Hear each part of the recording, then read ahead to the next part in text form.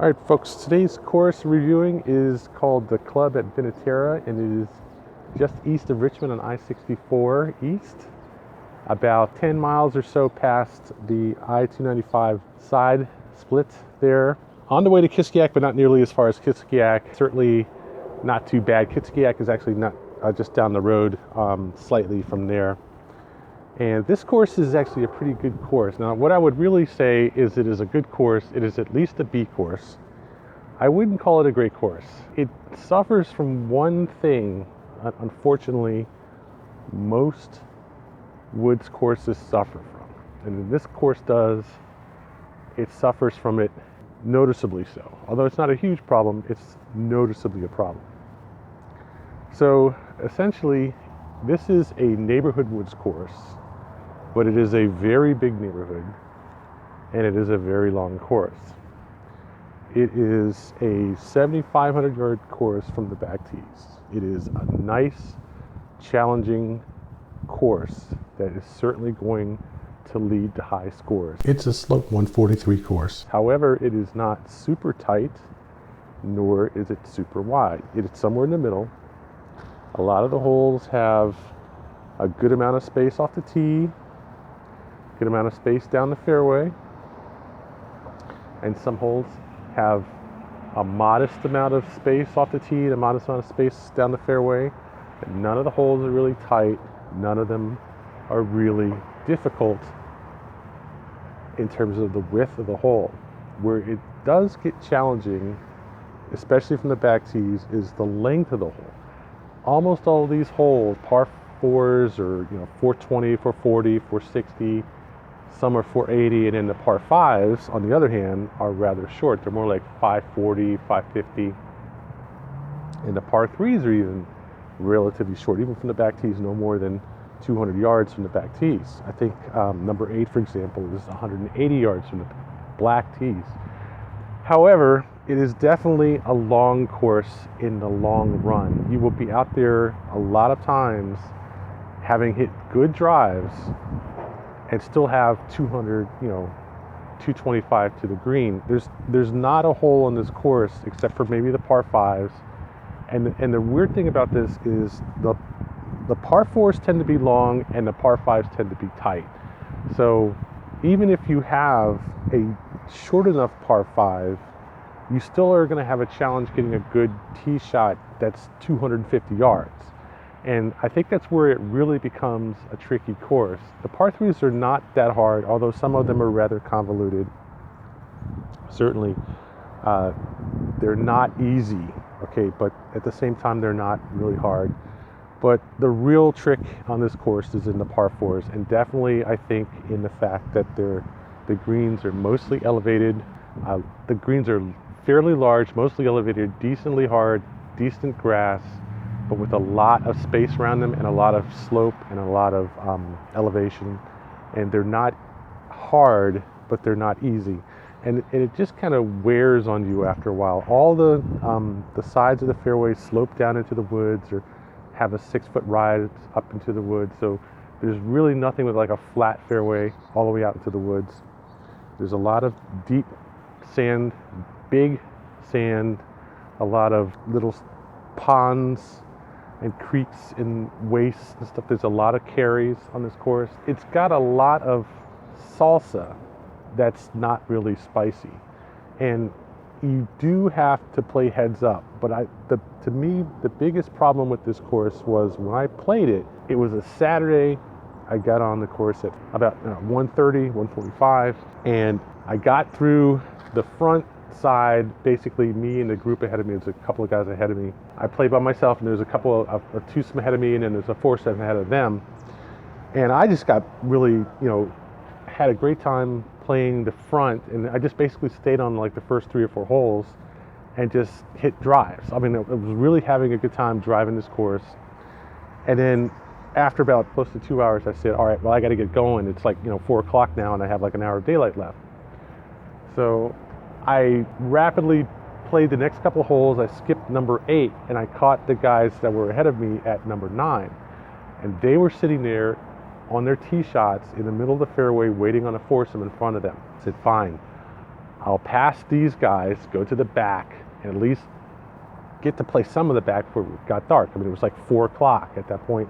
It was definitely going to be dark at 5 o'clock. So I had an hour to play the whole backside. And what I ended up doing was taking pictures of all the holes in the backside because I never found a place to drop in that I could play. It really, it was either a little bit too tight or there were already 5 foursomes ahead of me anyway. I didn't find a place to drop in until like the 15th hole, and it was just, I was staring at these guys, group of 3 playing the 15th green. I said, screw it, I'll go to the 16th. The same problem happened. I'll go to the next hole, the same problem happened. I got all the way to the 18th hole, and there were still 3 foursomes on the course, on the 18th hole, playing the 18th hole. It just was packed on the backside. And I just said, screw it, took pictures, went all the way back to the number like 7, I think. Played from there. I had so much fun playing the front side, I really didn't have to worry too much about the back, and I really noticed that the back and the front were just about equally difficult. So the real problem was that on every hole in the backside, there was at least 1 foursome, usually 2. Usually there would be guys on the tee waiting for somebody to finish in the fairway. There might even be somebody on the green with, so 3 foursomes. So there were just this ridiculous number, 9 times 8, 72, 100 people on the backside. And I just never really felt comfortable dropping in, and I never really felt comfortable playing it. And I ended up basically taking 1 or 2 shots on the backside, and then I went back and played the front again. So when you look at the pictures, you'll see that what I did was go back and play, I think, the second and third holes again on the front. I only played for 3 hours. I played the first 8 holes once, and then I played the second and third and fourth holes again, and by that time it was just dark. So one of the benefits of it was that because there were some long carries from the back tees, on number 3 I think it is, I think I found like 50 balls in that hole in that crevice. And one of the problems was I just spent so much time there digging balls out of that crevice. And I found 15 balls, hit them, lost most of them, went back into the crevice, got more balls, hit them, lost most of them. And what I had basically on the course was the freedom to play the first 10 holes as much as I wanted to, which I did. And most of those holes were very good driving holes, and I ended up playing a lot of shots, going to find the balls, going out there, finding balls in the ravines, whatever, going back to the tee and playing them again. And I just had a ball. It was like a living driving range. So I can't complain about that aspect of it. But at the same time, I still feel like the course was really not all that exciting. And it didn't have a lot of water, in play. It didn't have a lot of verticality. It was the good thing about this course, and the bad thing about it was compared to Broadmoor, the course I played in Virginia, the UVA course, it didn't have that same level of challenge.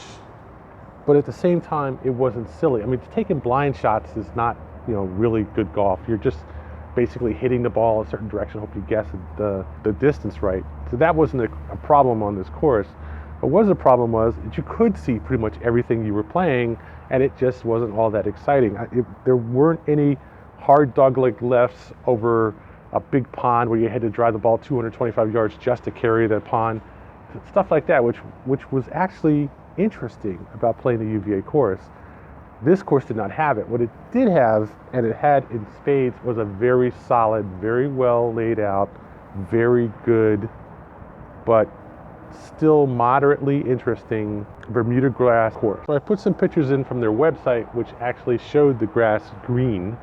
When I played it, it was basically this brown strip in the middle, a dark green, with a light tan space on both sides. I mean, very low. It was no more than a third fairway, and then the other half was, other 2/3 were rough, but it was nice. I mean, you could tell the grass was in good shape. You could tell the fairway would normally be in good shape. You could tell it was winter and everything like that. It was definitely a nice course. It had all the makings of a good course. It just wasn't all that interesting. But at the same time, it was interesting enough if you're playing from the back tees and trying to hit fairways, and your fairway hit percentage is something around 50%. There's no question that's interesting. Likewise, it was interesting if your approach shot percentage is something like 25 to 50%. There's no question that's interesting. And there's no question that playing this course for score would be a challenge. And there's also no question that if you are not a great golfer, it will be hard. But I think the driving, the tees, the carries and stuff just barely make it interesting enough to be a good course to play. Plus it was only $50 for a round with a cart. You got it on GolfNow at, I think it was $35 for HotDeal. And never forget, if you get a deal off GolfNow, that the round is paid for. Don't let them tell you that it's not paid for. It is paid for, okay, just as an aside, because sometimes you will find that these guys don't know that's what it means when it shows up in their list. This is not when you make a reservation off the website that they have and they do place a hold on it and then you have to go pay. When you go through GolfNow, they will pay the fees. They will take the fees off your credit card right then and there. And you have to show up or you will lose your tee time, okay? You have to show up for your tee time. But it is paid for when you get there. So all in all, a good course. I had a good time. It was a good drive. Not bad at all. You know, really wasn't bad at all. Good experience.